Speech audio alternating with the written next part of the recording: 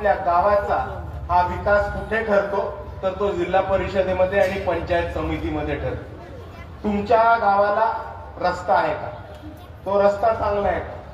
शेत रस्ते आहेत का? तालुक्याच्या ठिकाणचे रस्ते आहेत का? आपल्या घरी प्यायला पाणी येतं का? स्वच्छ पाणी येतं का? आपल्याला घरी वीज मिळते का? विजेचं मीटर आपल्या नावावर आहे का? इथे आपल्या एरियामध्ये चांगली शाळा आहे का? आपल्या गावामध्ये चांगली शाळा आहे का? हॉस्पिटल आहे का? आरोग्य सेवा आहे का? शेतकऱ्याच्या शेतमालाला हमी भाव मिळतोय का? शेतकऱ्याचा विमा माफी होतीये का? शेतकऱ्याचं कुठलं नुकसान झालं तर त्याला नुकसान भरपाई मिळतीये का? हे सगळे प्रश्न कुठे सोडवले जातात, कुठे ठरवले जातात? तर ते जिल्हा परिषदेमध्ये ठरवले जातात आणि ते पंचायत समितीमध्ये ठरवले जातात. आणि म्हणून मी आपल्या सर्वांना एवढीच विनंती करणार आहे की ह्या निवडणुकीमध्ये घाबरून धाकानी धाकधुकीनी नाही किंवा जातीपातीच्या नावावर किंवा धर्माच्या नावावर नाही, तर आपल्याला मतदान करायचंय ते फक्त आणि फक्त विकासाच्या नावावर.